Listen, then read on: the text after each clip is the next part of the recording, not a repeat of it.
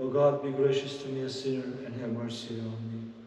Blessed is our God, now and always, and forever and ever. Amen. In peace, let us pray to the Lord. Lord, have mercy. For heavenly peace and the salvation of our souls, let us pray to the Lord. Lord, have mercy. For peace in the whole world and stability of the holy churches of God, and for the unity of all, let us pray to the Lord. Lord, have mercy. Remembering our most holy, pure, blessed and glorious Lady, the Theotokos, and ever Virgin Mary with all the saints, let us commend ourselves and one another and our whole life to Christ our God. To you, Lord, for all glory, honor, and worship are you due, Father, Son, and Holy Spirit, now and forever, and to the ages of ages. Amen. I want to say a couple words about the liturgy before we begin, and every time I will do a little bit so that we learn more and more about the liturgy as we celebrate it. The liturgy begins with Ευλογημένη η βασιλεία του Πατρός και του Υιού και του Αγίου Πνεύματος νίκαια και στους αιώνας των αιώνων. Αμήν. Blessed is the kingdom of the Father and of the Son and of the Holy Spirit, now and forever. Amen. Only the liturgy starts with these lines. All the other services begin with Blessed is our God. Ευλογητός ο Θεός ημών. Blessed is the kingdom of God is for the liturgy, because when we enter into the church for the liturgy, we enter into the kingdom of God. We are outside of time and the eternal life, and we are experiencing God's presence as we were in the kingdom of God, and then we will receive communion, receiving God into us as the kingdom enters into our hearts. And then the next three lines, En ειρήνη του Κυρίου δεηθόμεν, in peace let us pray to the Lord. When we enter into the kingdom of God, we come to pray to God in peace. Peace is Christ, not the peace of the world, but the peace of Christ. So that we enter into the church, into the kingdom of God, and we pray to God, Christ in our hearts. In Christ we pray to God. In peace, which is also our internal peace. And then the next line, for heavenly peace and for the salvation of our souls, let us pray to the Lord. So the next line is reminding us that this peace that we are talking about is not the earthly peace, it's the heavenly peace. It's Christ Himself that we are praying in, and in the result, we will have salvation of our souls. So from the beginning of the liturgy, we're declaring that through Christ, we are here for the salvation of our souls, for nothing else. The next line, for the peace of the whole world. Υπέρ της ειρήνης του σύμπαντος κόσμου.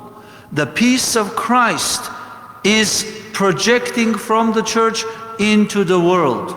If there is no peace in the world, it's because we haven't projected that peace into the world.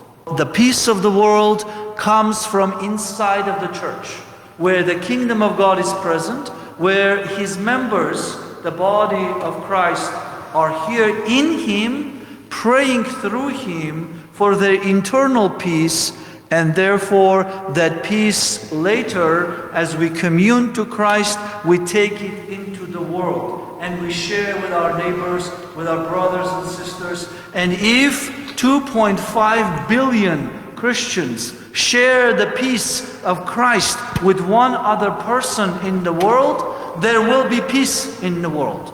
But because we don't bring that peace out there, the other people are fighting each other. And forget about the fact that sometimes people fight each other in the church too. So that peace is what leads us in the liturgy. For the whole world, for the stability of God's holy churches. When we look into the church history, you see that the churches of God were never stable because we don't begin with peace, we don't pray in Christ, we do not bring the peace of heaven into the earth, and therefore the church loses its stability. So therefore, in the liturgy, we begin praying for the stability of the holy churches of God and for the oneness of all. That is the most endangered exclamation, because even the church is not one. Somebody made a comment to our presentation saying, you're saying that the churches are one, but aren't the Catholics separate? Aren't the Protestants separate? Yes, because we Christians have failed to pray in God, in Christ, in peace. We have not brought the heavenly peace into the world. Therefore, even us Christians, the 2.5 billion Christians, are not one. We are divided. And in the result of that, the peace does not transpire into the world. So therefore, for the oneness of church, we pray. So that one day, your spouses, your daughters, daughter-in-laws, who are not of Orthodox faith, will also, with you, commune to the Lord in the same chalice. That's what oneness means. Because there is one God, one chalice, and one church. I will stop here. We stand during the beginning of the liturgy until we celebrate the name of our Metropolitan. After that, we all can sit, and then in the future I'll just give you silence. Thank you. The Gospel teaches us today that the two disciples of the Lord asked him to be on his right and on his left.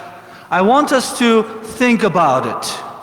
They were getting ahead of themselves, because they didn't know, like the Lord said, what they were asking for.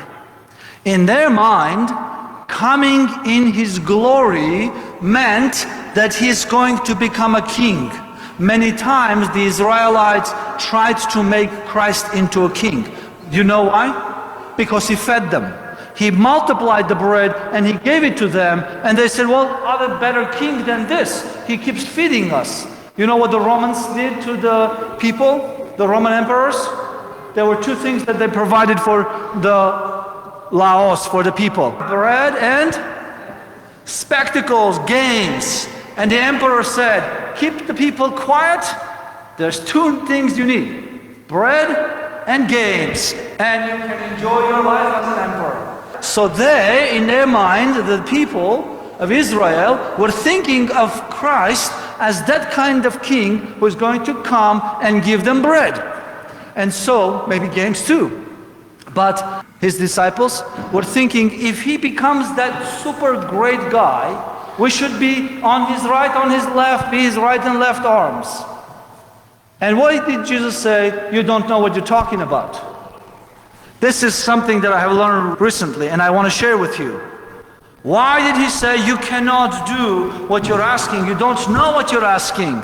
He came in his glory, not as a king of the Roman Empire. He came in his glory as a servant of the all, and he died on the cross as a slave. And that's what it meant to come in his glory, because he was going to be elevated. That is his throne. The cross is his throne, and he is elevated on the cross. And who is on his right and on his left? The two thieves were on the right and on the left of him. And that is why Christ said, it is not for you, you cannot do it, because it is for those for whom it had been prepared in advance. Because there were two thieves who were going to be on his right and on his left. And they had a purpose. The conversation between the two thieves, do you remember? One said, if you are the king of the Jews, understanding that he is that kind of king, bring yourself down from the cross. The other one said, shut up. He hasn't done anything wrong. We are on the cross because we are thieves. He is there, he is a righteous man. And what did Christ say? You will be today with me in paradise. Not because he justified Jesus, but after he justified Jesus, what did he say? Remember me when you come in your kingdom. I'm going to teach you one more thing about the liturgy. You don't do it anymore. But there were some older people who have passed. They used to do it when I first came to this church. When I came to the great entrance with the gifts, people would come and pull from my vestments. That is what the thief did to Christ on the cross. When the priest came in with the gifts, all the people would surround him and they would pull from his vestments because he's carrying Christ crucified on the pattern. They would say, remember me when you come in your kingdom. And they would pull from the vestments and say, remember me when you come in your kingdom. How do I know this, that that's what they were supposed to say? Because when I come out, what did I say? May the Lord our God remember us all when he comes in his kingdom. So every person who pulled from the vestment of the priest and said, remember me when you come in your kingdom, he would quietly say, Maria, may the Lord remember you in his kingdom. Andrew, may the Lord remember you in his kingdom. Angela, may the Lord remember you in his kingdom. But now because we have forgotten it, and we sit in our seats, or stand in our seats and we don't move, the priest makes a general statement. May the Lord our God remember us all. In fact, the Greek says, may the Lord remember you all in his kingdom. But you is derogatory in the prayer, so the priest has to include himself, not to offend anybody, but that's the correct way. May the Lord remember you all in his kingdom, because you don't ask for it anymore, because it's a forgotten tradition. So don't hesitate. If you're close by, just touch the vestments and you say, remember me when you come in your kingdom. Okay? Thank you.